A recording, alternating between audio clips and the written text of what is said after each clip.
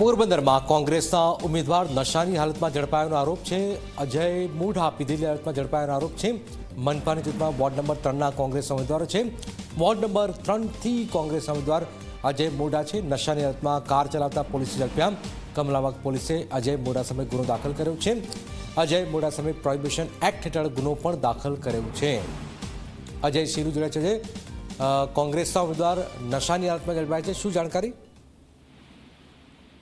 જનક, જે રીતે પોરબંદરમાં આજે જે સ્થાનિક સ્વરાજ્યની ચૂંટણીના જે પડઘમ છે તે શાંત પડ્યા છે, પરંતુ જે રાજકીય માહોલ છે તે હજુ પણ ગરમાયેલો જોવા મળી રહ્યો છે। કારણ કે પોરબંદર કોંગ્રેસના યુવા નેતા અને મનપાના જે ઉમેદવાર છે અજય મૂઢા, જે પોરબંદર જિલ્લા યુથ કોંગ્રેસના પ્રમુખ પણ છે અને મહાનગરપાલિકાની ચૂંટણીમાં વોર્ડ નંબર 3થી ને કોંગ્રેસના ઉમેદવાર પણ છે, તેઓ આજે સાંજના સમયે પોરબંદર શહેરના જે રામ ગેસ્ટ હાઉસ વિસ્તાર નજીક કાર ચલાવી અને પીધેલી હાલતમાં કાર ચલાવતા હતા। તે દરમિયાન પોલીસે તેમને પકડી પાડ્યા છે અને આ જે જિલ્લા યુથ કોંગ્રેસના પ્રમુખ અને ઉમેદવાર છે તેને કમલાબાગ પોલીસ સ્ટેશન ખાતે લાવવામાં આવ્યા હતા અને ત્યાં પોલીસે પ્રોહિબિશન એક્ટ હેઠળ ગુનો દાખલ કરવામાં આવ્યો હતો, જેને લઈને હાલ જે રાજકીય માહોલ છે તે ભારે ગરમાયો જોવા મળી રહ્યો છે। જી જનાબ। બિલકુલ બિલકુલ, આભાર અજય।